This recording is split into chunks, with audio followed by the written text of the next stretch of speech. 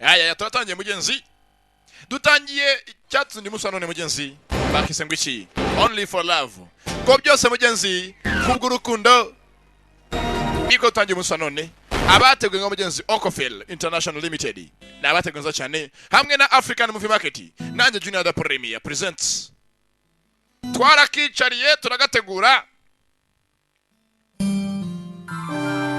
ndetse mugenzi gusa abakinnyi benshi cyane gose abifashe kugira ngo iyi filime kugera mugenzi benshi cyane bakise only for love ndetse gose mugenzi bateguye bo ngabo Paradise film filime ya Paradiso Paradise ntago ari bonyine bakise ngo iki only for love kubw'urukundo ni ibiki byabaye kubw'urukundo ndetse gose mugenzi abakinnyi ngabo karagatangira mugenzi karacyatangira Rita Dominic yagarutse cyane tumuzi muri twinshi God bless me yaje muraka ndetse na Jimmy B we tumuzi mugenzi nk'umuhanzi mu Nigeria yagarutse ndetse gusa kimwe benshi cyane batandukanye Enebeli Elebu yagarutse cyane ndetse gusa mugenzi n'umuziki mwumva no Jimmy B mwenyewe Emmanuel France yagarutse cyane ni muchikwe bakise only for love Julieta Rainy yagarutse cyangwa Reno Charles Okocha turi Nigeria mugenzi kaba Okocha mwenyewe Tony Ezemandu amazina n'amanyafurika aratsindagiye nta buryohe buyarimo no gutsindagira gusa kandi Miss Williams ndetse gusa tunganyije byose gakuru ndetse yakinishije n'ishusho screenplay Rose Creations baba twa fresher makeup baba hasi bishahuro PP Creations barabambitse kugira ngo senge filime kugeraho ibaciye henshi cyane Frank White Nzey props ubwo ntago nzi kimenyesha iki cyo ntabwo nakize Imambogo Abia location nyezo bakiniye hose rabatembereje atahangaha hano harakwire gose twahakirira ngaha baryoheje ishusho ayo Emmanuel production manager we yacuze gose ku filime ifite gusohoka no kuntu izakirwa ku isoko Tola Taye Baragon continuity gose ku bice bifite gukurikirana tikini cyambere irangiriye ahangaha amatsiko yabica Tony Edeti director de photographie yewe sho mugenzi ani byinshi cyane nibavuga ndavuga dore navuze byinshi bataravuga bose nibavuga ndakora iki kandekeraho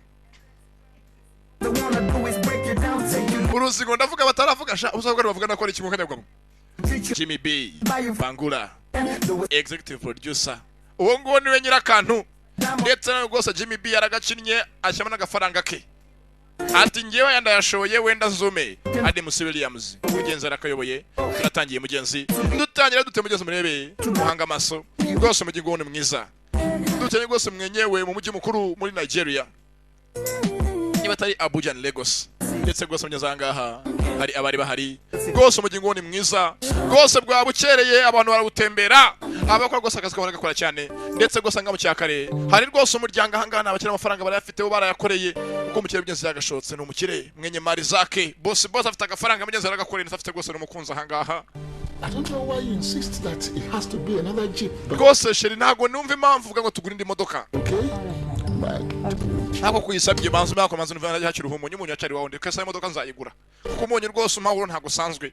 Ndetse gose muzehe gose arakuze gusa afite umukunzi. Afite amafaranga mugeze ugaje kujya mu rugendo. Ariko ngo ntago yumva impamvu gose madamu yakindi jipe.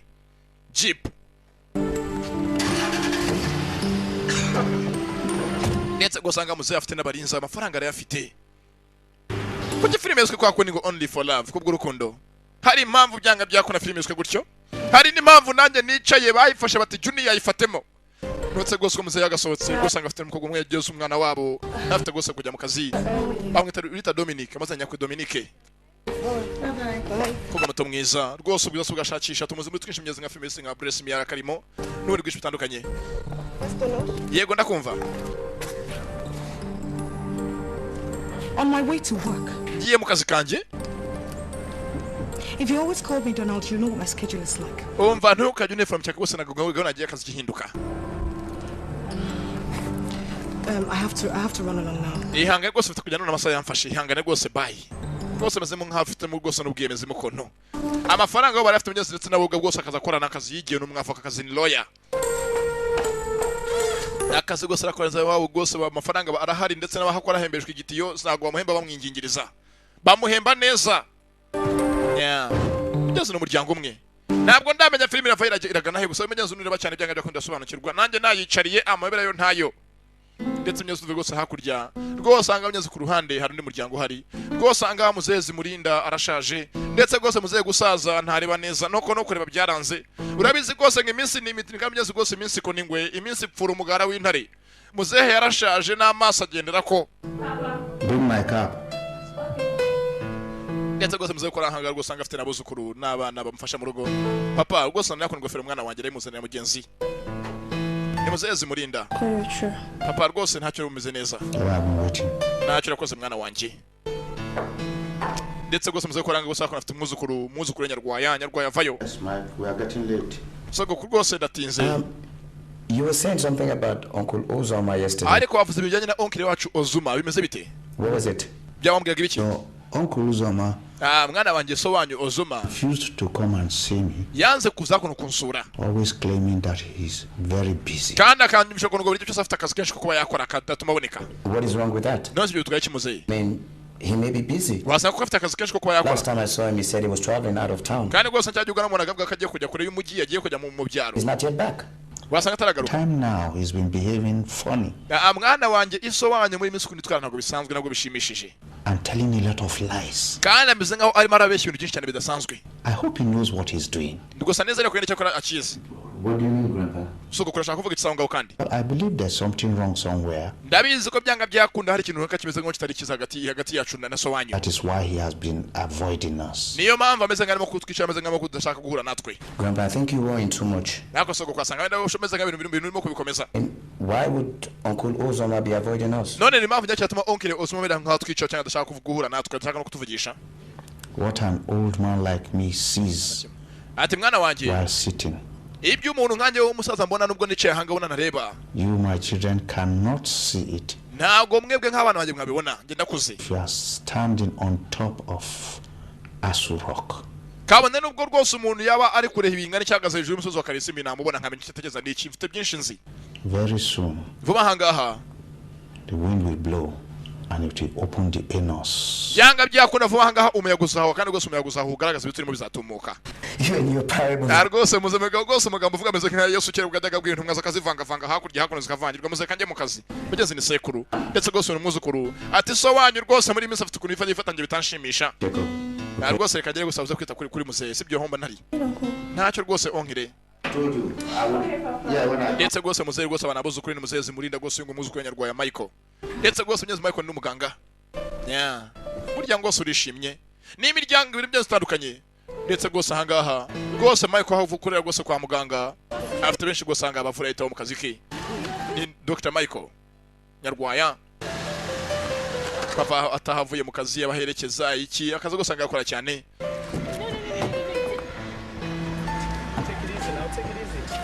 Gusa mugeze nkubizi gose abazana abarwayi abajyanwa abahava. Wamubonye sha? No, why was Ndetse kandi iki kandi? No, you need to see him. Mbega umuganga we hanga. Cute. Ni bogare ni mwiza afite ubwiza gose budashirirora. He's smart. No umuhanga he's smart avuga yitonza avuga ngo umuntu wize. He's cute ni mwiza. Yo kumanya gasane mari za gufasha umubone. Maze nge byarandenze sinkirya amasinyisi. Byonyuze yankoze ho turi kuri wasutwa kuri WhatsApp duchatinga. Nguriya hakurya. Nguwo. Bamubonye. Ndetse gose anga Mnyezi Michael kuko gose baramukunda. Good afternoon, doctor. Muraho dogite. Good afternoon. Muraho. Sorry for interrupting you. Nawe hangara ko tukwibito benshiriye. For how you treated my father. Ntabwo sajya ngushimiye kuntu wavuye papa wanjye rwose byaragatangaza murakoze. Oh, perfectly okay. Rwose ameze neza. You see, we doctors, we can only cure. Ntabwo gose abaganga ku kazi kacu n'ukuvura nako ntabwo twivura gusa n'Imana n'ibidufashamo. Alright? All the same. Thank you very much. Ntacyo bivuga byose turabyemera turanashima kandi murakoze. Take care. Imana waho umugisha. Ntana. Like, what's happening here? Ntabwo sheri n'ikigo n'igisheri. What's going on here? Nibikimo kujya mbere. I don't even understand you any longer. Ye rwose ntabwo bise nyikumva ntabwo kimake yake yarabuze. You had Ntabwo nyitaho habe no kuntelefona. you to tell me you love me and you care about Basimbwira ko ngunda byumve. Ndagukunda ariko ndagukunda. And you know the nature of my business. Urabizi gose akazi nk'ukuntu kameze. I have a lot of work. Bandi bise hakurya hakuna bapfuye abakiza bakoze ibice bagonganye nta akazi kacu tuza turyama. for you to just Umva niba wararongoye akazi karongore byinze ngewe ndeke bigira inzira. look. umva You're not interested in the affair. niba wenda udakunda ko nyene tubanye n'ubwo turi bakorwa gusa dufite gukunda nakiri kare basi mbwiza ukuri nka terabyira inzira kwikiye ko se Listen, what are you talking about? basaravuga icyo bivanye he kutongana It doesn't come to that. ibyo Just ngibyo bwanagana aho bifite aho bihuriye nta kuvuze ko nkwanga ari bafite akazi kenshi something to eat.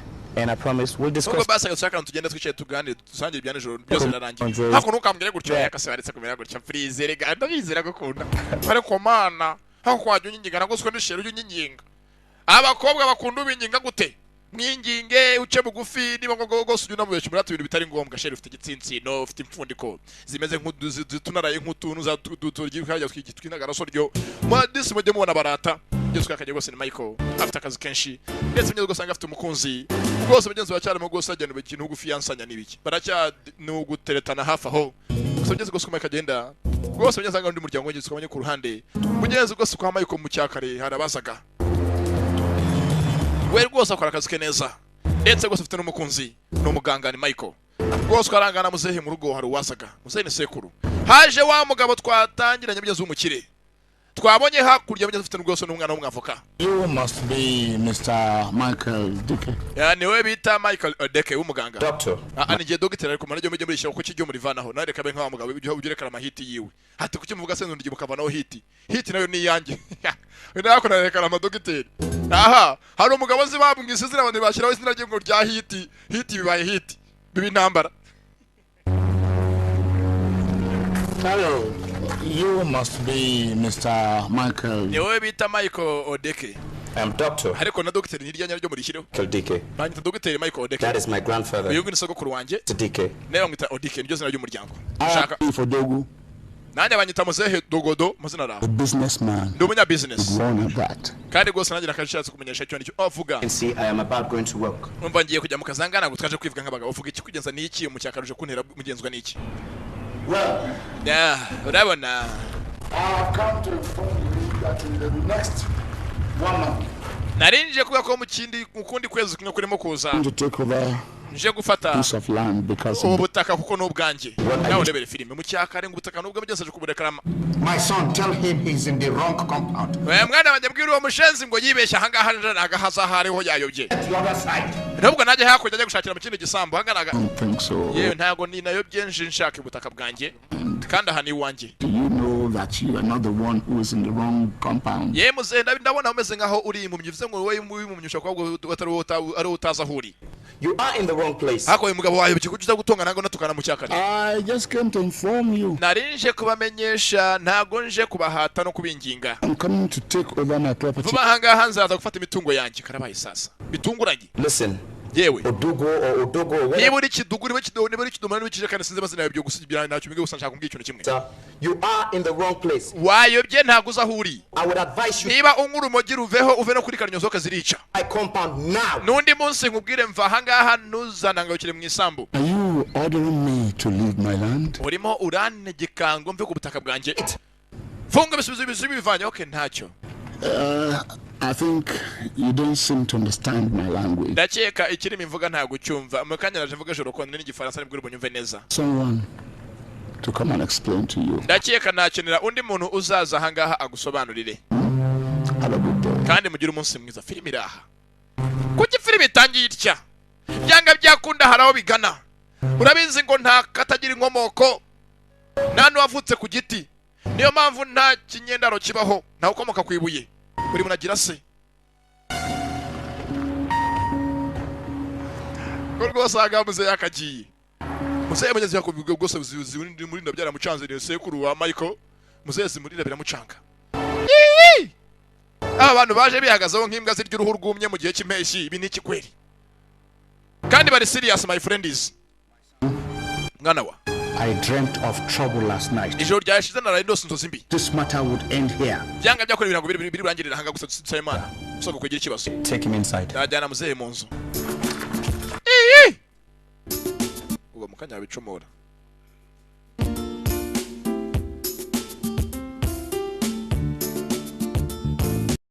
mugenzi muri ihangana turacyakomeza rwose ko mugenzi bakagiye basigaye bibaza aba bantu baje gutya ko baje nta bwoba byanga byakunda haricyo biyizeyeho katurebe sasa mwana wanjye I dreamt of trouble last. naraye ndose inzozi mbi This matter would end here. ntabwo rwose ibingibi nsenga imana birangirira hanga kuko ndabona bitoroshye Happen, Grandpa. soko kose nakiriwe ntugire ikibazo don't worry grandpa don't worry muzehe don't worry ntugire ikibazo iri nya pas de problème kila kintu ni sava yeah kugeza kagiye mu kazi ndetse rwose inzu ngiyo ndetse rwose ngo niyo nzu baje kurekera ngo ni yabo batazi byatangiye bite muzehe amafaranga yarafunikiye akiri umusore arayakorera batangiye kuza mu zabukuru kumushotora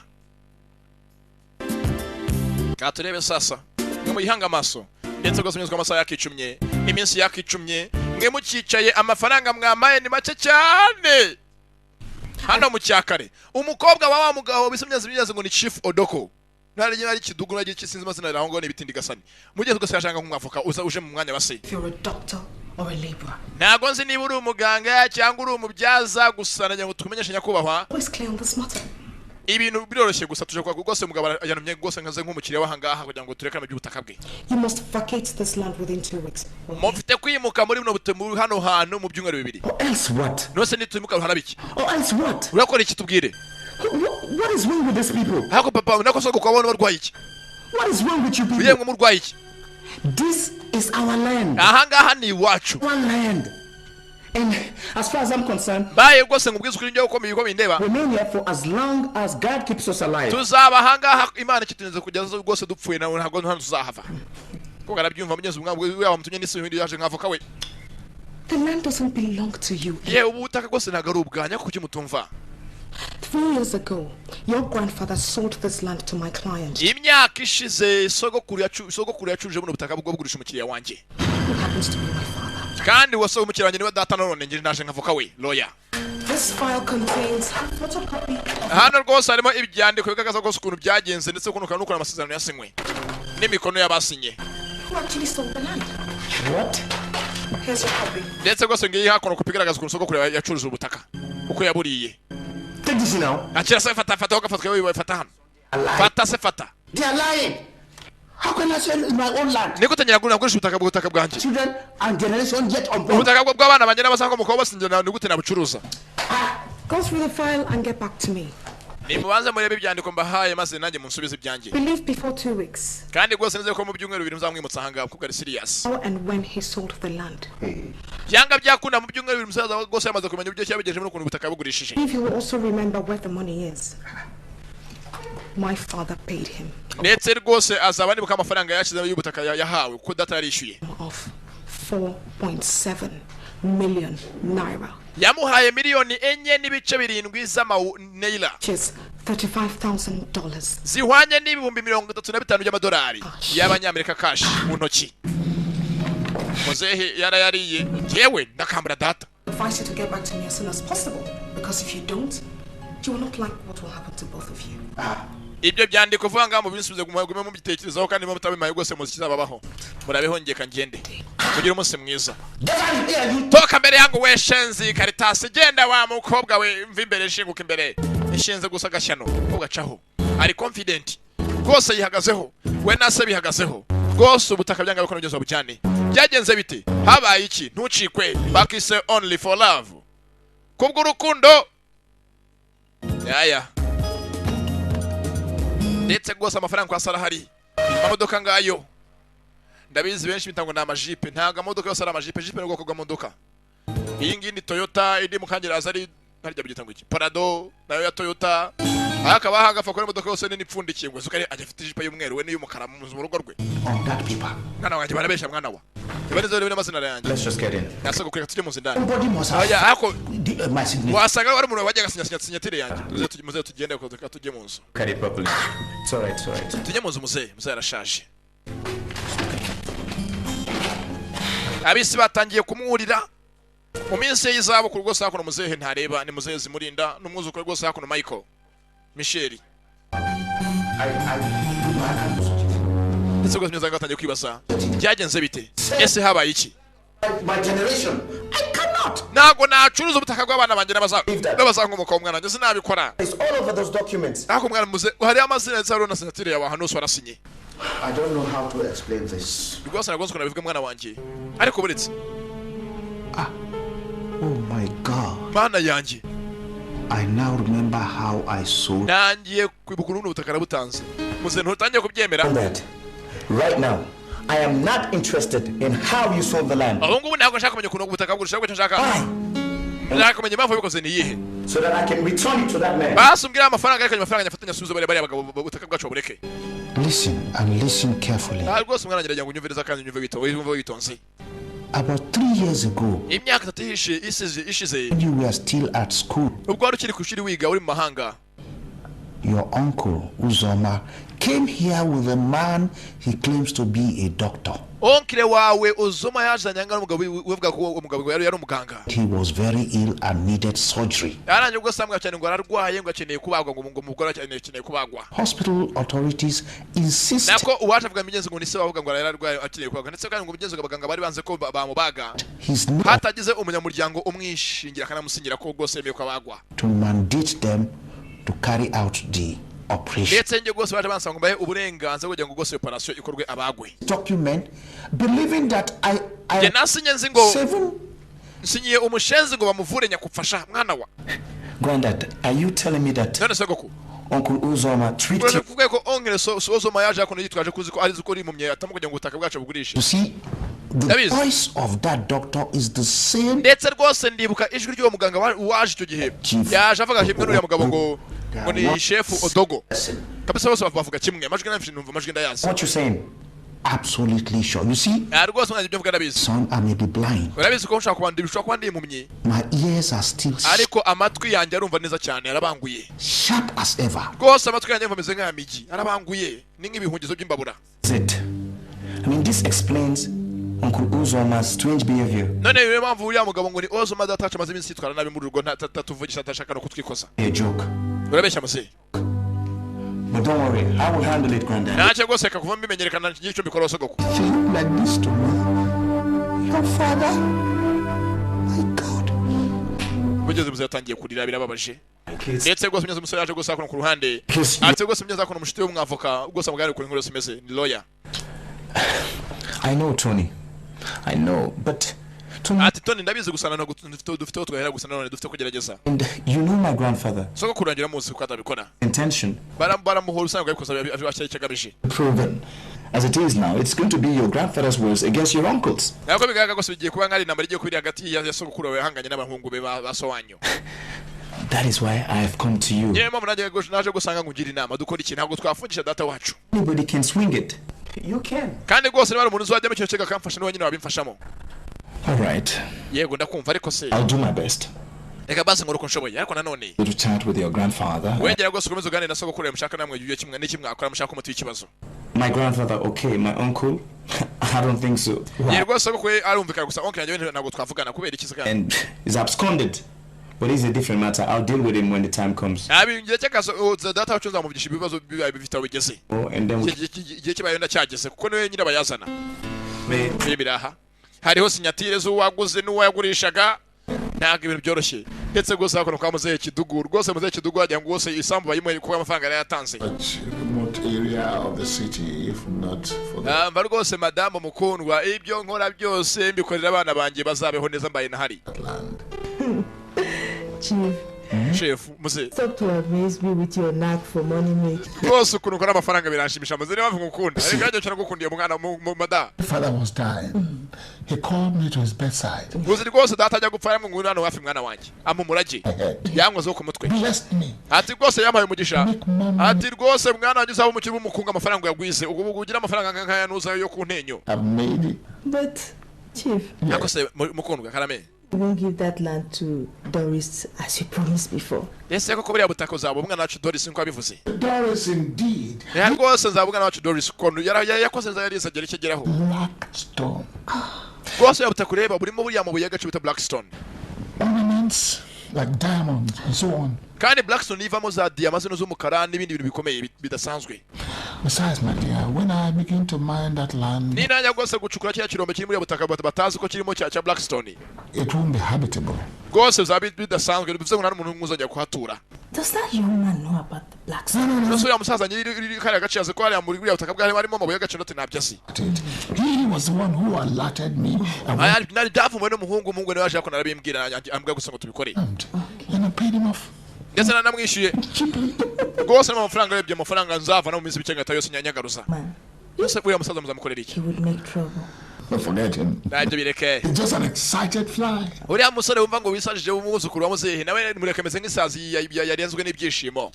Mureke nagazi yakora n'ibiki yisajije gusa. Learn, then I'll teach him a business lesson. Yes. And if he fails to learn, then my boys will teach him an extrajudicial lesson. Uriya mwana ngiye kumuha isomo rya business nawe atabyumvishe kugira ngo tuduringe nk'abantu bumvikana n'abahungu banjye bazamuye icyo kigo kirenze byanza abahungu bavuga nabo bodyguard be. Don't want anybody. Ntago nshaka umuntu uwo ari wese. Not our daughter Doris. Witambika muri ibi byose. Yeah, okay? Keep it to your heart. Wewe gusa bigumana ari ibanga ntajyo n'umuntu bimenya. Filimi iraha. Don't be Se gusa mugenzi wangaha. Gusa mugenzi wa musore bitse tone mugenzi w'umwavoka na mugenzi wa Michael baje gusanga mugenzi kwa Doris. Mugenzi gusa bamubwiye ko iwabo barimo kubayimukira. Gusa kuza hangaha yabasuzuguye we kuri telefone ntago hangaha bakazishiramo yaguze ndi umunyarwanda zimwe gose zimara amasaha menshi. Ariko ndi umunyarwanda arimo aravugira gose kuri ka park ni kane gashira yabasuzuguye cyane. Umva we musakoza simwe buceceke. Muri biro yanjye. Hangaha ni ndani ya biro yangu wewe shenzi. Karitasi Nyamanza. So tell me, what are you... Yego ndakumva rata nyibwirira. Soko koko tuzakora iki uwo munsi. Hako tuzongera ubushite byari danger warabibonye. Twagiye ku mazi burya ari ya munsi waranshimishi nabona ari narumiwe. Abarumva. Yabasuzuguye basi. Okay, alright then, 8 o'clock is fine. Saba ntacyo gose yatubonanye nka Sam yani kuko byaba bihwitse nicyo gihe cyanyacyo. Love you too. Ndagukunda cyane nanjye ndagukunda. Sawa rero bye. Yayiwe. Gasuzuguro basi. Aha. What were you saying, my dear Leonard friend? Yewe musore muto avuga iki mukanya avuga suzuguro wese ngwite umusore muto kandi babanza namurusha imyaka.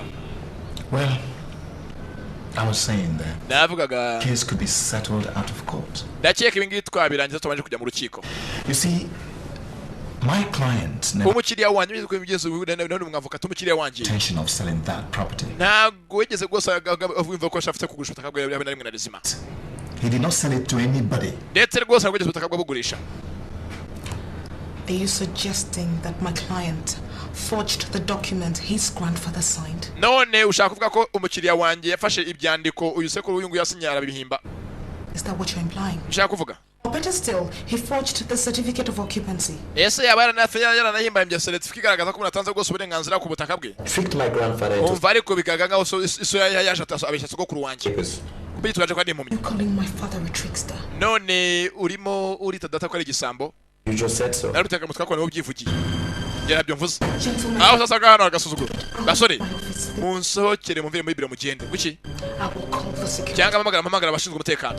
Yakoze hanga ntacyo turemeye. Kuko nk'abagore turabazi mukanya hasa no kozamo ngo twagufashe ku ngufu ngo twaguhohoteye. Kandi abizi ntago muvuguruzwa muri bondi banda kumirwa mugeze hose. Turabyemeye ariko They all wrongly. umenya ko rwose ufite kurya imenge. Sorry, my client doesn't want the money back. Umva nta mafaranga dushaka. What he needs for the money Twe twaraguze amafaranga dukeneye mu byacu mugavuga amafaranga ngo muyajyane. Ntabwo mujye kugura handi. will be disgraced. Mande tuzarebe imbere y'urukiko muri mwembi uzaseba. Are you saying we can't reach a compromise here? Ese ko nako bitabikwa mu buryo bw'abantu b'abacuruzi twanya amafaranga yanyu tukabasubiza wenda tukanazaho na mande dati oya. We can't. Nta mafaranga dushaka. Client has to vacate the land within the week, or else the court will do it for you. Mufite kwimuka muri kino cyumweru cyangwa urukiko ruzabate hanze ku mbaraga. I'm sure you'll... Kira kivuga byinshi nka telefone irasona kandi telefone yisonnye kwavuga umwanya muremure ntago ajya apfa kuyikupa. Good afternoon, Doris Odogo speaking. Yego yongore muganga nako muvugana na avocat Doris Odogo muraho. Oh, yes, please tell the vice president that we've sued them for libel and... Nacha rwose mbwiye vice president ko uyu munsi gahunda turi buyimurire rwose turi bugihagere saa 11 mu rugo rwe. Of course, we always win. Kandi rwose teka twagerera mu gihe murabizi ngo tuye dutinda. Okay, then. Take care. Sawa. Have a good day. Umugire umunsi mwiza. Bye. Bye. Kobwa avuga ngo neza rwose yarize. I haven't got time for this. Umva nta mwanya mfite ko guma hangange n'inkingiza ko twatuje No, wowe. for days now. Relax, man. Tumaze iminsi aswatuje Mike. Listen to her. Mike afite umutwe It's ufunze. over. Please. Ndakeka mwasohoka ibyo twavuganaga byarangiye. Show your faces around here. Ntago nshaka kujya kubona amasura yanyu imbere y'amaso yanjye na biro yanjye. Ndabarambiwe toka mbere yangu. Mugire umunsi mwiza, have a good day. Aka nagasuzuguro gahetsa kandi byo mugenzi bavuze ngo bose uyu munsi ngo umuntu agutunga urutoki ejo akagutunga inkoni niba batemeye ko yabatunze urutoki avuga ati mumvire mu isambu bazabimura ndetse nabi filimi iraha kobwa ari ahangaha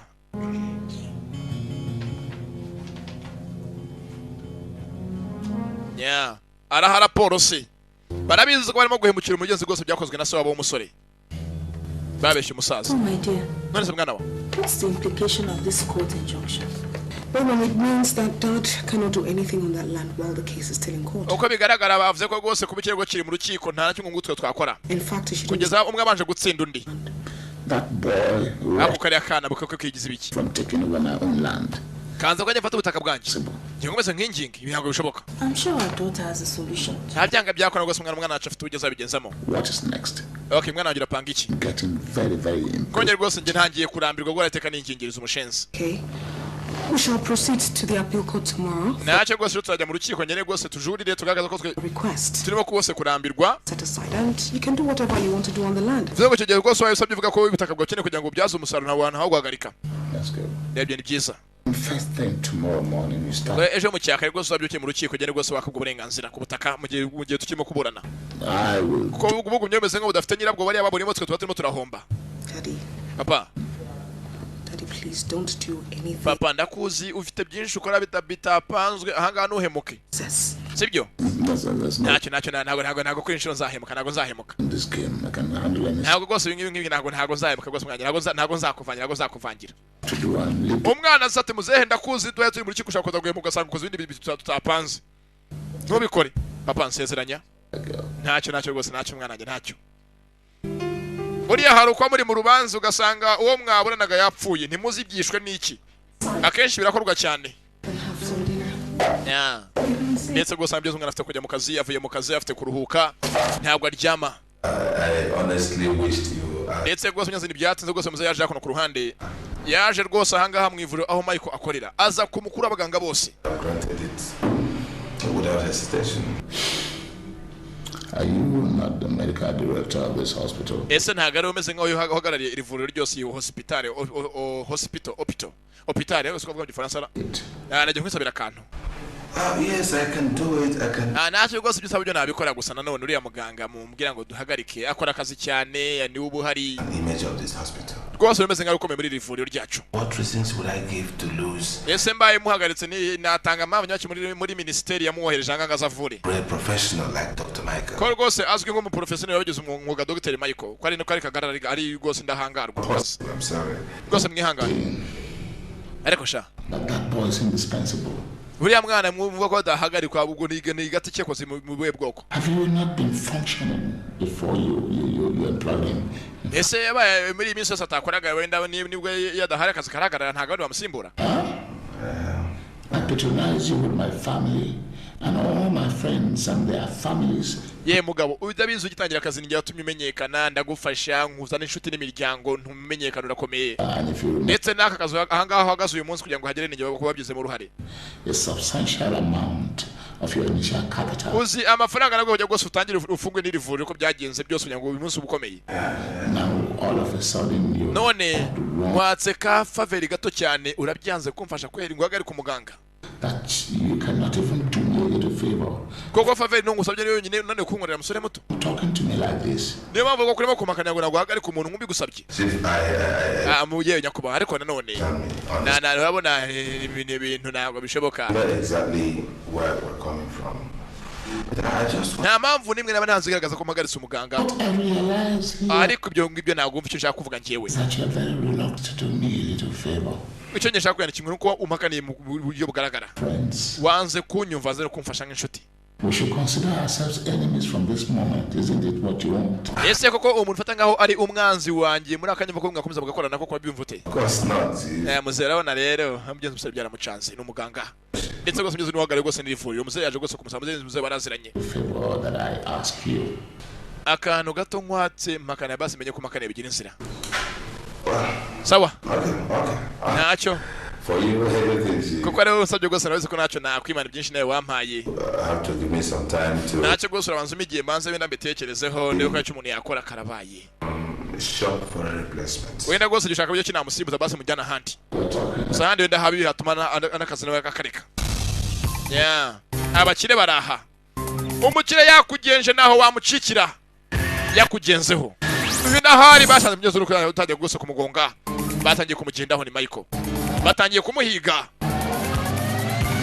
Kugira ngo ibintu byakomeye umukire rwose atangiye kumugenza. Byongeze byo nababwiye. Ko rwose uyu munsi umuntu agutunga urutoki, ishaka gutunga inkoni n'abisi. Mukazi batangiye beze gushaka kumuhagarika. Batangiye gose kumwinjira gose mu buryo bwose bushoboka. Baciye hakurya hakuno. Ese biracura iki? Bax only for love. Ngo bigeze kubw'urukundo. Ntabwo nzi bigeze rwose n'icyabaye kubw'urukundo. Ndetse rwose ahangaha kuko ari ahangaha batangiye gose kuva musore iyi lisansi wayivanye hehe? Ko imeze nka wayivanye igoma ni impirata none inyi wayivanye hehe? I mean, why are you guys questioning my certificate? Aho marambaza biki bigaragaza n'ibyo nkora.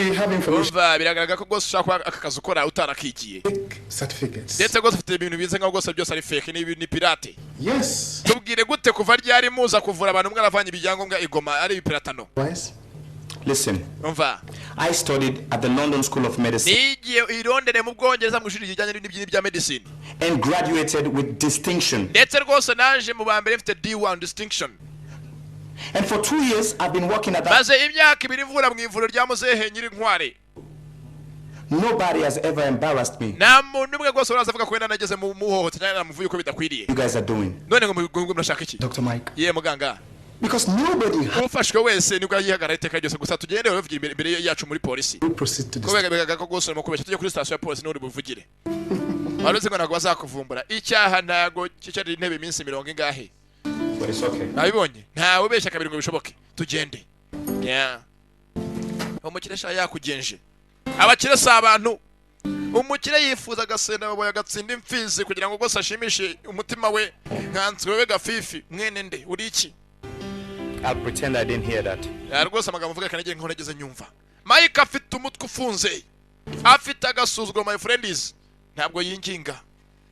Tayari. Kugira ngo si ID nije kumujyana bamwizeho. Ndetse gose baje gusanga adafite ubuziranenge.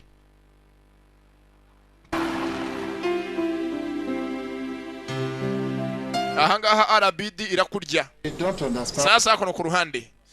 Hano Muzehe sogokuru w'umwana n'umuhungu we mwuzuke bwese bamagaje kuno se wabo w'umwana azabivuge neza mwana wanje. What do you mean? Mbwira kuva ryari koko ubutaka bwacu ubutanga wabutanze ugamije iki mwana wa? Ku buryo wumva ko abuzukuru banje n'abaza bakomoka bose batagira batura. Talking about Papa. Papa gose binge muvuga nago nzi nibiki mwuzukuru wawe. What do you mean you don't know what Grandpa is talking about? Nasubika n'ibyo ngubyo pa sogokuru avuga nago bizi. Just because he's blind doesn't make him sick. Cyangwa nuko uzi ko bari mu myibugira ikigoryi. Mike. Umva Michael. It's enough. Umva wa mwana wavutse nkureba ukuze nkureba wewe itonde unuvuge menshi. All these accusations and counter accusations will not help matters. Ibingi byose byo kwano kunshinja no kumvugisha kamanga mbere ntacyo biri buhindure. Tell where this Chief Odogo is. Mumbwire umuntu bitango ni Chief Odogo washanga avuga ngo turaziranye ni muntu nyabaki. Go and beg him. Simuzi. Go and beg him? Yes. Go and beg him? Nanya ngo tukubwire ibyo byari mugere musemba bazi zikisi. The old man into signing away those documents. Watumye Muzehe asinya ibintu bitengo ngo none utaje kuvuga ubusango ngo ujye kugusaba bazo watwambuye. Beg Chief Odogo 4.7 million naira. Ariko ngo wajya gusaba bazo kuri miliyoni 4.2 ngumva ari cyo gukiniraho. Cyangwa se ngo miliyoni muri mu bangana bwira cyo gukinisha. What nonsense are you talking about? Ariko shabona ushaka sigombwa gucyo bishingiye ushingikirishije. Me. Jewe so wanyu. Jewe so wanyu Ozoma. Uzoma. Jewe Ozoma. Umva Muzehe. Umva ongere wihakana biragaragara. Just return the money. Fata amafaranga wahawe uyasubiza abayaguhaye. What's this embarrassment? Nta kirwe dukiza kudutesha umutwe. How can you do such a thing to me, your own? Ako mwana kuko ni gute ko wahemo ikintu nkanje ko so kubyara mwana wa. How can you throw away my whole generation's inheritance? Ni gute wafata imitungo nzasigira baza ngo mukabose ko kayitanga mu kanya kangana amasara nko guhombya kweli. Soma, Urambabaje mwana wa. you are a wicked child. Uri umwana mubi mwana wanje urambabaje. You are wicked. Uri umwana mubi. Anaguruka Muzehe. Muzehe kira aho ngaho. This is how you always cursed and condemned me. Iteka no kwa hose ka byose umvuma uca mu muryango ntacyo maze ndi kintazi. But blessed and praised. Imana ishimwe kandi ndanishimye. Wene kweta kahoze cyozo ko wose umvuma. Have always been a very bad and wicked. Iteka wambereye umwana mubi w'icyanze mwana ndeka ngo nabikuvuga nongeye bisubire mu byumve. Uzoma, Je Uzoma. you are wicked. Mwana wanjye umwana mubi. I'm wicked. Yego ko ndi mubi. Ndi mubi. But after condemning me, nyuma yo kumva wose utagoze umva niyo mpamvu umubi bwanjye bwatumye ngomeza ngabaho today, abo beza bawe turebaho bari nibi bari hehe abo ngabo natabari hehe byose yarabyumvishije sasa isubyaro yarapfuye ati ko ndi mubi abo beza yatabaye hehe karabaye sasa Are you implying? ushaka kuvuga iki So you are happy? none uvuze ngo urishimye ko data yapfuye ngo niwe wari mwiza wowe wari mubi I didn't say so. ntabyo mvuze no byiyumviye rwose nimwe navuga ibintu ku bintu ko biri ukabyumva uko bishaka bitewe nuko yemereye I'm saying is, cyongeye nshaka kuvuga ni wanted me dead. Iteka mwifuje ko mpfa ariko Imana burya ngo mukasoro ukajyana nyoko uri umushyiriye For a very long time to come. nari mbizi kuva kera ko iteka muzahora iteka munanca mu muryango Imana yakoze ibyayo Very cruel, man. uri mubi onki uri mubi cyane I've always thought that you had something with my father. iteka najyaga nibaza ko byanga byo nshaka ufite uri n'urupfu rwa data none byivugiye uvuze ko urupfu rwa data rwakubayeruka ndetse rwanagushimishije Eliminate the rest of us. bivuze ko natwe dushaka kutwisha kugira imitungo yijyane nicyo ushaka Yes. Papa, did you hear what this? papa mbishye yamaye umwana ibintu navuze umenyanye kubica akora avuga ibiki ibyo umwana avuga nibyo ibyo avuga nibyo nimba watanga umutungo uzi ngo ni umwana abana bose baryamye muri bafashije usumva kubica kuri nzuka rukuye saba ntacyo papa All you have to say to this mwese mvuga amagambo yose mushaka from Mike. ariko muzicuza Now, Mike, Mike listen to me. nawe banzu asa numva iki wowe uri iki ubona nungiro kinkandi You push my hand. Yeah, what? asa zakuno ubwo nagaze uko ahangana umusore umva se murekeraho ngo bana murekeraho Stop this nonsense. uzoma va hangaha agenda n'undi munsi Just return that money. wowe gusa amafaranga yagaruye utagaruye uzambona Long to spend. utagaruye Promise you that. uzaba utaka byose wicuza impamvu yajyanye This is your plan. icyo ni impango yawe nicyo wapanze kugira ngo njye unkange maze unshinje ibintu ntakoze warabipanze Now you have declared the battle line between me and sasa ubu noneho hagiye kujya intambara hagati yanjye kandi uko byaba byakora mu ntambara azagutsinda wamaze uzamutsinda azambona musaza muvanga mugende Hear the last of this. mugende se mutoke mbere yengu irimo iraha umutungo yaraburiye ndetse rwose baravuga ko rwose akagira akagarara ntiyumva ni ozoma ese umutungo azawuruka simbizi come here, come and disturb my muzanga hakuno kutagutesha gusana umutwe mubasakuza mu cyakarere nako mu ijoro mubaza kwiryamira boys of this generation. abana b'iyi minsi niko babaye gusa More than what they can chew. iteka batama ibirenze byo bahekinya dore uko basa mugabara We'll see. they swallow more than they can chew ndetse rwose mugenzi duhiniye ahangaha si byose kandi biragaragara ko irangiye See. sasa ngeza ku ruhande ko rwose ngo yakagize mugenzi rwose yaje kwa boss bafanije kurya umutungo w'umusaza That he will fight you, his own uncle. umwana yavuze ngo muzahangana wowe bose wabo ibi birarenze kweri chef You don't know that boy. ntabwo ya mwana umuzi You don't know that boy. uriya mwana ararenze wakuze mu ijoro ukuntu yaneye akaza gushinga urubanza wanjye kandi nanshinja Born is his second name. uriya mwana ndi mu mazina ye harimo n'izina gufunga umutwe Stubborn is his second name. If only I had known that you'll have seen them, I wouldn't have allowed them to step into my compound. Iyo mana menya ko babanje kubana rwose nawe ntabwo ko neme kwinjira mu rugo rwanjye. I tried to locate you. You were nowhere to be found. You simply disappeared. Rwose njye ushaka byo kinakwimura maze ngugire nkaho bataza huri ni hehe bakubure. I was supervising my building in Asokoro. Rwose njye muri bakinzu yanjye nshyashya cyangugu niho ngiye kuba nakwimukira. Yes. But please don't listen to that boy. Rwose mwana wewe wigiye nkotamuzi tutanuna mwumve. For your property. Rwose mureke vuba gaza uzabona ubutaka bwawe bujyane. God gives to you. Kandi rwose nibyo Imana igiye kuguha. But that boy is a problem. I've tried in so many ways to cage him without success. Uzoma.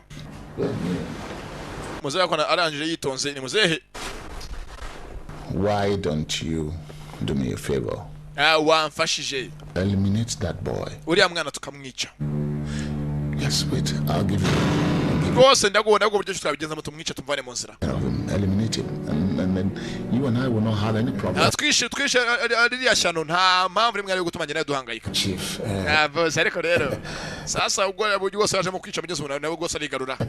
that won't be possible. Uzoma, you promised me that there was not going to be. Now I have given you the sum of 4.7 million. byanjye money to go down the drain. none nanjye mpangayika njya mu nkiko hejuru y'umusore mwene wanyu byose ubizi ugira icyo ukora. I told you because his father did not give me any money. impamvu reka nagatumye rwose buriya umuryango tugwishe buriya butaka nuko ise buriya musore yajya gupfa nanjye amafaranga atanigeze ansigira icyo nabikoreye. That is why I'm doing this. niyo mpamvu rwose ndabona ko ibi ngibi byose To be part of the plan to kill him. ariko ntabwo mu mipango yacu harimo rwose kwica. If I think you are in the position to do that. ntabwo rwose nakeka niba bijyanye no kwica ahubwo kwica niwe wabyikoranye ntabyo nakora. Story are you telling? bakushaka kuvuga ibiki? I'm in the best position to do what? ni njyewe ushobora kuba nakora iki? I've given you my money. njyewe maze kuba amafaranga njyewe njyewe no kujya mu ntambara zo kwica umuntu. Okay. Sawa. You said you people are already in court. wambwe ngo mumeze ngo muri mu nkiko murimo kuburana. To continue. none ngo mukomeze mujye mu rukiko ruzabikemure. With that. rwose ahangaha rwose gukina kono sinabyaye agapira barimo kwivanaho. The document signed by my father. bafite ibyo byandiko papa yasinye ivyo ngo n'ibyo byose bizakemuka. Happen to be. mwebwe rwose nimugire ikibazo bizakemuka. Don't worry. nawe ndebere filime. Win. Yes. kandi rwose nzi ko uzamutsinda. I'm sure you will win. rwose uzatsinda ko nanjye mbaye nari mu mujyi ngo babone ko banshyira mu rukiko nanjye bagira icyo bambaza uzatsinda. Is that all you have to say? Hako ni cyumva ko wambwira. Wamushenze we. Iyo amafaranga ushaka ko kumbwira ubusa njye mu rukiko hejuru y'ibyanjye. Umva amafaranga njye nta mikino yarimo. Such a thing. Ntabwo njye nakunabikora ntabwo yemukaka ntabwo njye nakwiba. Umva twumvikane. Find a permanent way. Shaka uburyo ki bwatuma mbona ibyanjye ntagiye kujya gutuma twuruma my friend. Nabwo amafaranga cyangwa uzayaruka yansubiza. Uranyumva neza? Ntabwo amafaranga nabise ngo njye soro abantu ku giti. Dore uko gisa. I will think very fast. Ntacyo gose nanjye kagose nanje. Very fast. Nanjye nshaka cyo gose twakora ndaje mbitekerezeho. Ntabwo sivanga zagusubiza. I have to go now. Ntabwo gose reka ndifite kugenda nkerekera. So here. Samvi biregera tumuka. Muzera. Muzera karavuba. Ku mafaranga yavunikiye uramuzana imikino ngo agende yicare byose ubyikoreye. Ibi ni iki? Back only for love. Kubwo rukundo. Only for love.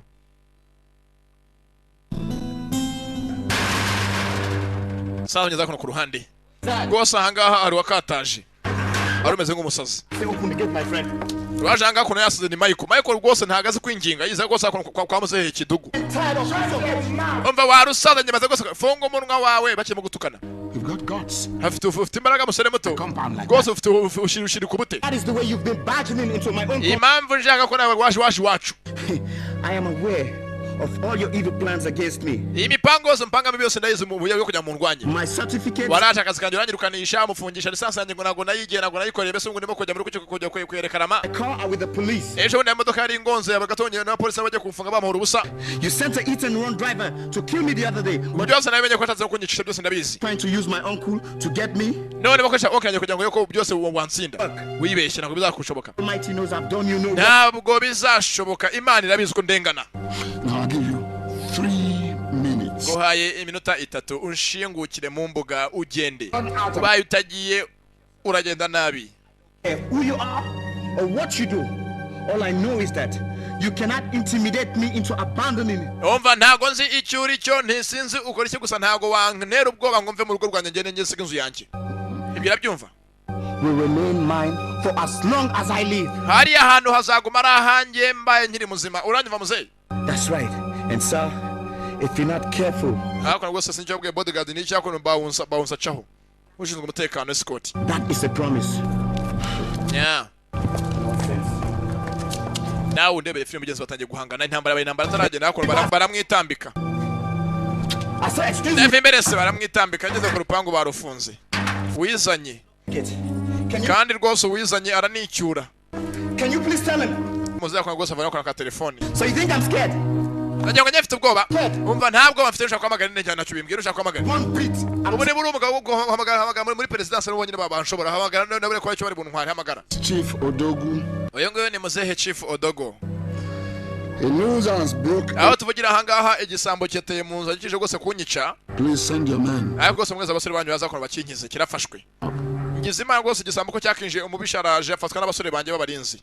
Umujyane karabayi. Bagiye kumushinja rwose mugenzi ngo gutera agamije kwica. We'll lock you up with hardened criminals. Icyo nzi byanga byakunda ugiye gufunga kandi rwose ufungirwa hamwe n'ibisambo kagarara. You will realize that this is not London School of Medicine. Maze rwose umenye ko njye nari mu kintu naje gukina imikino nawe utaje kubyina. Ngo inkanga. All of them. I'm going to teach you a lesson of a lifetime. Rwose njye ko rwose isomo ry'igihe kirekire. Sawa bazane. Not one bit. Numva ntabwo bamfite abe namba. Ngo basora aha ngaha. I am not scared even one bit. Habe namba. Shaka unkanga kanguje ukanga abandi. Cana handi nundi munsi. Kumugeza rwose yakageze gutya. Urabizi rwose aha ngaha akazi nakibura baba baraho ngo bategeje akazi bahise baza kumujyana. Tayari mu rugo rw'umuntu yagushinja ikibwonza ari we. Urabizi rwose ngo inkoko iri wabishondo umukara. Uyu mushenzi ajaje kunyicara afatwa. I want you to take him along with you, lock him up. Rwose njya mu munjya byo gufunga ishyano muhambira amahero. When he comes out, he will be sober. Wenda rwose azava wenda yatuje nacitse nagiye utanagazo kujya kwica abandi ndaje no kwiba. You think you can use your money and influence? Cyangwa se amafaranga yawe yagira ikigakora wewe sekana wewe nkoraho. Winkoraho nize kwijyana mwenkoraho. Really? You haven't seen the last. Muse rwose ntago uramenya ukina ntago nzi. Ntago urambona ntago uramenya. Ntago nzi barabara kumbeshyeho wamaze. To Toshiba, the president of the cell. Then you will now know who. No one ugeze imbere y'umukuru nako y'umukuru wa gereza ni urutuma rwose uca bugufi. Utangiye rwose gutanga aya buji. Waciye bugufi. Muze haraha. Abisi babaye abanyazo barahemuka. Sasa rwose unyeza kuno ku ruhande muri brigade ndani. I said, what exactly were you doing in Vuga bakora gace mu rugo mukira kora gace tubwire. Ako sasa kwa kuno kwa opeje kumugeza cyaha. Vuga. Vuga. His whole family. Niko twakwinjira mu rugo rw'umuntu ugiye kubwica we n'umuryango we. Even assassinating his character and the good image of the police. Usijyanye no kugenda byo nyuko najangamira ya police yo urimo kwisebya. Vuga. Vuga. Look, I've told you guys. I'm not saying anything until my lawyer comes. Navuze ngo ntago mvuga maka avoka wanje ageze ahangaha ntago munywa cyangwa mu rwaya amatwi. I know my rights. Nzi uburenganzira bwanjye sasa gufunga umuntu wize biragatsindwa n'Imana ntago apfa kumwibukiranga kwemerere. Azi uburenganzira bwanjye. You know your right and uburenganzira bwawe. None wasuzuga polisi urangije no mu rugo rw'umuntu ugiye kumwica none nguze uburenganzira bwawe. Cyangwa tugufunge. Umva mukamfunga mukabiza muramo mumoye ubusa. Ntago nije brigade avoka ataragera ahangaha. Kaza ko nta kindi kibye. Listen to me, all of you. Yemwe basere. This man here. Sika sake kindi gisamba gifate mu soko kigiye kwiba umuntu kigishaka kumujyana telefone n'amafaranga. Ibi byo bimaze bizengeza mu isoko mu ngaho. Wala amoro busa sama mufatanye iki. Mushirari hari yasigisambo bisambo biranga byo ni byinshi. Gusa yenguye nk'umuntu wize nago wamukoraho umukozo wamuzira. Ubundi rwose ubundi bigeze ku bantu basobanutse iyo umuntu afunzwe umuhoro ubusa. Akora byose bita ngo ni pressing charges akakurega. Okay, I'm not going to fear you. Bino kandi ugafanda yaje gufunga go urubusa uramurega my friend. Nago wamufunga byose nacyo razira. No, just step that man. Ntacyo reka nacyo ibyungu turabyigaho. Yavuze ngo mukamfunga mukabonanga mukabizira. Dr. Man, you were accusing the police force of conniving with Chief Odugu to kill you. Urimo uravuga ko police bafatanyije na Chief Odugu ngo bakwice. Ikirimo kudushinja yanga kuvuga ntavuga. Enough reason to put you. Baravuga wene ntavuga baravuga ntavuga. Asamureke. Hakono avuka ibinyaza va Tony. So much harassment, man. So much. Abashinzwe mwana babanduhisha. Nose kandi baraguhoriki. Why are you harassing my client? Ese kandi mukiyabanye muramuhoriki. Asking him simple questions. Aho kubaza umukiyabanye bavuga ngo ufite kubaza ubwo twamashimira kuganza kudusubiza. You know you won't answer until I'm here. This won't be the first time. Amamba ko mabwiza ukuri ntabwo umukiriya avuganye n'ufite kumuvugira nawe nakina na mamuri mwari kujya ngavuge. This is our own office. This is not your office. Akengi ni biro yacu. Agangana kazi kacu kazi kawe. I don't know what you got. Mwamaze akazi kose mukana akazi karita ntabwo mwikora mu mukora government. Kandi leta ni twebwe. Twitore twumvikane. Twubahane twese. Oyo ntagavuga. Ndetse rwose iyo avoka yakwishingiye binabaye ngomye yubuze arafungwa mu mwanya wawe. Ndetse rwose mu gihe cyacu kitaraguhama avoka nga rwose arasinya ubugiye rwose mu rugo utahe uburana uri hanze. Kiraho ngaho ko sasa ko navaye umukobwa mugenzi umuntu umwana muzehe. Yego mwene ngeze mu mwavoka kazi. Yewe menya ko batoni. What exactly do you think you do? Uracye kurimo kora ibiki? In the bail bond of course. Narinje gufata umukiranye ngo muvanye ahangaha azajya burana ari hanze y'urukiko. Mujyarimo gushinjwa. Man who nearly killed my father. uje kuvana ahangaha umuntu waje kwica data nuje gusohora hanze. His offense is bailable. Umva nubwo arimo gushinga ku cyaha cyashinga yaburana cyari hanze kandi akakanataha. The medical doctor. Ntago rwose ibi bikirego cyagera hanze cyo kugira ngo ashinjwe burundu. Ikindi ni umuganga kandi rwose umuganga ufite benshi akire kwa yavura. I think he's a potential killer. Ako numwicanyi. We'll give him free air to accomplish his nefarious intent. Ntago byatuma guma hanze kandi umwicanyi. If he is refused bail. Umva nta muntu yishe kandi yuretse ibyo ngibyo. You and your collaborators will be mwanze ko ajya hanze byagaga kumeze ngo muri ko rwose kurenganzira bwa muntu. N'ubutabera muri mumeze ngo muri ko kanagera hejuru. I'm certainly sure you never read yours at all. Icyonse cyo n'amashaka amategeko mwize mwarayize nabi. Sasa ko byasaje mugwangana kw'amagambo. I am not a charge and bail lawyer like you. I beg your pardon. Baratukana. Twagatukanya ko na fanda arinjira mukuru wa station ya police. Fanda yake. Ase ibindi cyo mukajya mbere hangaha ye operation. This lawyer wants to. Oyo mugabo ngo numwavuga ngaje kugira ngo rwose abohoze umukiriya bamujyane hanze. This lawyer said he's not. Ndetse rwose ushagarari watewe mu rugo bwe ajangana n'abateze ibindi bibazo. Ntabwo mukajya mutongana hanga mu hanze. Whenever you have cases, discharge the case and later. Ubonye hanga bamwe batangiye gushwana bajye mukira hanze byose muvugire hanze bazabinjira byarangiye. Yega fandi. Hanga amateza akavuye mupfiki bise bite. Dr. Mayo. Dr. Mayo komera muganga iminsi myinshi muganga. What is the problem? Wese ko hanga kandi ugenze bite? The hospital. Mvuye kwa mvuye wanyu kwivuriro usanga abantu bose batonze umurongo bakuze ngo bavure. It's a long story. Yani nkuru ndende nyakuba. Oyo ngwino mwicanyi. This man can. Yaje gaje kwica data. Cyarimo gushinjwa. Kill your father? Yaje kwica so. Hasa kandi muganga wabica umuntu umuhora iki? Oye barambeshyira. I was to talk to the father to keep his head. Nagiye mbwira ise ngo ave mu mitungo yanjye yanga kumva niyo mpamvu bavuze ngo nagiye kumwica kandi nagiye kumuburira. And he got your boys to arrest me. Ndetse aranje gose telefone abasore bawe ngo baze bamfunge nta kindi baje bamuhora. Sorry, madam. May I know who your father is? Ye muko namenya yose yabarinde. Of course, TPO. Data and only. Utavugirwamo udahangarwa. Chief Odugo aramuvuga ko namurata ibyubahiro. I see. Ndabyumva. I know him. Ndamuzi so ndamuzi. Please, madam. I will speak with your father. Nacheka gose ndaza kuvugana na so numva ko byagenze byose mbigemo. Ndabyikemurira. Inspector. The doctor bail immediately. Mureka gose umuganga ataye ko afite kuvura benshi bakeneye kuvurwa. Ntago yafungirwa hanga afite akazi kenshi. Yeka gose ndaza kuvugana n'uwo musaza nabyo tubirangiza ntago ibintu bikomeye cyane mu byoroshye. Muganga gose genda ugera benshi benshi bagutije bategereje kugira ngo bavure. Cyo kuvura gose nta kibazo. Umukobwa yarari wareba asaba imbere ya afande aziranye na Michael. Ariko nanjye kuko muvugane baramba ko nibyo koko kandi nako bamfatanye baramure koko yabandi ndanibye. Uyabyumva. Yasubiye inyuma gake biramurenze. Birenze imyumvire ye n'umukobwa. Ndetse gusanga aramuze ko bakaje mu cyakare. Batangiye guseba. Bwa mbere mu kazi ntago bamwirukanye sibyo gusa. No kuri polisi nyazo bamurikuye papa.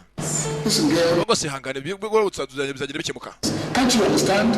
Amwana wanjye gose maze kurambirwa. Papa gose hangane. I'm sure he will hear it today and grant the injunction today as well. Gose ko byanga byakunda uyu munsi umukuru w'urukiko butwumve. Ndaza gukemuka papa gose wigira ikibazo. We have to move faster than we have done so far. Gose mwana kuri shoro ufite kwihuta kugira ngo bikemuke vuba. That young man has up his sleeves, understand? Or does the judge want some inducement? Ese uwo mucamanza uri munende yamuha akantu katuma yemera. Ko garaseka. Papa akantu kweri. Mugeze nabi bana umukobwa. Papa akajya kuvuga ubivanye he. Kirangaha cyamufashe. Arabaye sasa. Yarafashwe. What is it? Doris, come. Sinzi byazo tukugo gusa ko yarafashwe. Nimba ari igicuri simbizi. Yarafashwe. Ari byazamutse. Umukobwa aramugeze ni Nuza Doris. Akiri rwose mu manza ze na se niko afite kubigenza ari kugeze byazamutse nzi nebiki. Arafatwa. Ndetse rwose afite amugeze kwa muganga. Uze nabi nahumeka.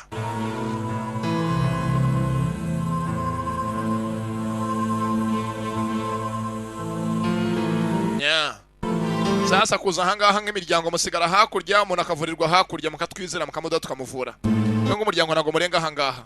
Arabaye sasa. Ntabwo ngeze gusa umukobwa wabo afashwe n'ibiki. Ndetse rwose muze yahisemo guhemuka arahemukira abana be. Nako arahemuka ku mpamvu gusa kugira ngo ashimishe abana be rwose n'umukobwa we. Tunganirwe. Abageze bakagiye. Sinzi mugeze rwaye kino umukobwa. Sego sanga kumuvura.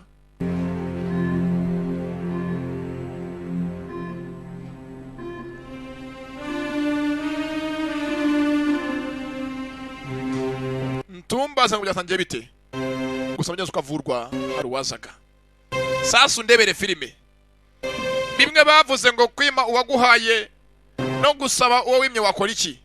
Muganga ufite kumuvura ni Michael. Filime iraha. Amurebye aramuzi. Azi uyu mukobwa bamaze iminsi bahanganye. Ese aramuvura sinzi. Ntabwo byoroshye. Bashatse kumwicisha. Bamugongesha imodoka biranga. Akazi baramwirukanisha. Ejo bamushinjaga gose ngo yaje kwica umuntu. Nawe ndebere filime. Sasa gusanga uyifuje ko apfa ari uyu munsi ukuvura. Yes, amaze umwanya w'gace atumva tunatu gose amaze amasaha menshi. Neza gwaye mutima n'umukobwa. Mutima wahagaze.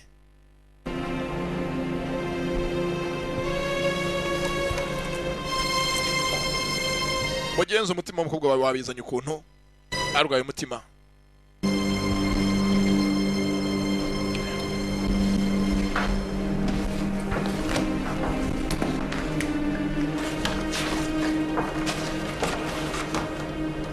Ndetse rwose hanga muganga afite rwose cyagira bitewe n'icyo abonye ntago abaranga afite akazi kenshi ko gukora.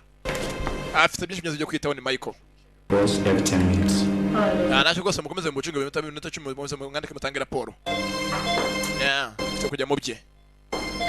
Numbaze ngo uyu mukobwa amenye ko Michael yamuvuye neza zawe azabyakira ate.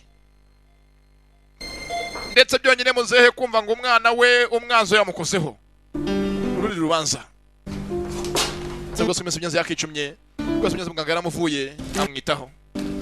Amuri hafi. She's Michael. Ndetse myo rwose bakavugiye rwose ako bamaze kugira atanye rwose yagaruka ibonto. Iminsi bayinga amuvura.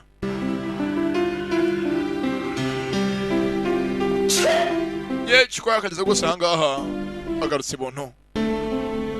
Amaze iminsi atumva umukobwa. Nawe ndebere we yahemukiye yafungishije yamaze nejo muri kiko yari yahagaze amusha rwose yashatse kwica se bamute hanze y'inzu bamuhora ubusa turabizi mugenzi.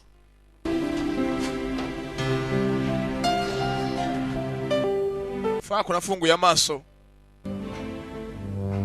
yari kanze arebye umuntu muri hejuru n'umukobwa ni Michael. Iki urakora cyanga to kill me. Ushaka kunyica none aha mugagara murebye umukobwa ara. Take this man out of this place. Umva nimushenza vibera agende. Yewe umva hano uri kwa muganga tuza. Shut up. Nasubi umva nawe zibagenderiye. Muganga yitonze muganga wagurutse imbaraga zaguruka ntazo. Meze nawe se watuje. Take it easy, my friend. Baye inshuti uroshye ibintu. You're not in the court of law. Ahanga ntago turi mu rukiko. Muganga ara. Neither in a disputed piece of land. Ndetse gose ahanga ntago turi muri bwa butaka bwanyu muramuza kurekana ngo twabambuye. Right now you're sick and under my care. Ahanga urarwaye kandi gifite kukwitaho nk'umuganga. To get better. Kine gose gukira ndakeneye kugira ngo tugushyingure itamo nkuvure. Karabaye sasa. Been having symptoms of heart problem. Bigaragara ngo maze gose iminsi umeze ngo ufite ibibazo by'umutima. Did you neglect it? Ese kucyo wabyirengagije kandi kurwaye umutima? Not neglected. Ntabwo nabyirengagije n'umushiha. I'm built to go for surgery. Ahubwo niba nateganya kuba najya amahanga kuba navurwa umutima. Kujya kubagwa. Yewe aribeshya ariko. Well, don't worry. Ntugire ikibazo. I'll help you get well. Ndagufasha kugira ngo ukire umutima ntujye kuvurwa mu mahanga. Diagnosis, you may not need this surgery after. Kose bitewe n'ibizamini nakoze nuko nakubonye mbonye utameze nk'ukeneye kujya kubagwa mu mahanga. Ahanga wavurwa ugakira. You mean I can be free from this? Nakira nabanje kujya kubagwa mu mahanga ngo umutima ndati wakira. And on your cooperation. Gose ubaye umuntu ko baye hafi akakwitaho wakira. Anyhow you wanted how? Ntusavuga ko nakira umutima ugeze umukobwa afite ubwose umutima rwa kandi ubwose umutima mubi cyane umeze nabi. Relax. Tuza. Don't think of anything. Kandi rwose increase your blood pressure. Rwose birinde byatuma rwose umutima utera cyane byanagutera guhangayika. She's come around. Yes, doctor. Okay. Well. Filimi iraha. Uwarima rwose munyazangatse ukajya kuba mugeze rwose mahanga yavurwa ati bwakira ndabizi ko ngwaye hafi wakira. Kwitayeho. Mugezi yikanzemo. Ndetse rwose hanga abaforomokazi barahari banasi. My dear. Yemwe ngo. Rwose ugire ikibazo. Dr. Michael is the best cardiologist in this city. Gose Michael ne kade undi gose no munambere bagiye kumujyanye no kuvura imitima hano mu gace kacu. He tells about heart problem. Ndetse gose nyine umutima byose arabisaza n'ukuntu bivurwa ntugire ikibazo cyo gose azakuvura. You'll be okay soon, all right? Nze arabyumva. Gose nyenze ngo Michael gose ni best cardiologist. To me as soon as possible, because if you don't, Komugeze gose yakibutse gose amutiyakora mu cunagiza mutesha umutwe ati mwimukanga amavi vuba abana mutava muzagenda nabi. don't care who amongst you is blind and who is not. But your father tricked my grandfather. Umva iso yaraje gose abeshya da sogokuru wanje. You calling my father a trickster? Bashwanya mugenzi kesha ndabyibuka. Baserereye kesha na Michael. Ndetse byenze gose uyu munsi Michael urimo kubaye gose yamuvura. Ndetse umwitayeho nawe ndebere filime. Ubwo mugenzi yarahangayitse Michael mugenzi yahabaye. Ndetse gose mugenzi akono ku ruhande. Gose anga ko muzehe yakaje ku mukobwa we. Amukunda nk'inkimwe. Ndetse rwose niyanka ikamwa. In a few days time. Ndetse gose nahaka. My baby will be fine. Ntabwo se umwana agiye kuba yakira muzehe. Mama gose umuganga yambwije ko nzakira. Am I not in surgery after all? Gose ntabwo nse ngira njya kubagwa mutima gose ubugiye koroha birashobaka ko yamfasha ngakira. That's what I've been praying for. Gose ningi imaze iminsi gose nsengera Imana ngo izadufashe. Doctor's life on my baby. None gose wasanga n'uwo muganga rero yavuye mu jaje kugira adufashe. Who is the doctor that is doing Na none uwo muganga yuko ugiye kuvura umwana wanje yabarinde kweri. Kivuga atyo Dr. Vayo. Sasa umuntu bahanganye niwe rwose mugeze kugiye kuvura umwana wabo uzamwita agakira. Nawe ndebere filime. Ko muganga yakinjiye.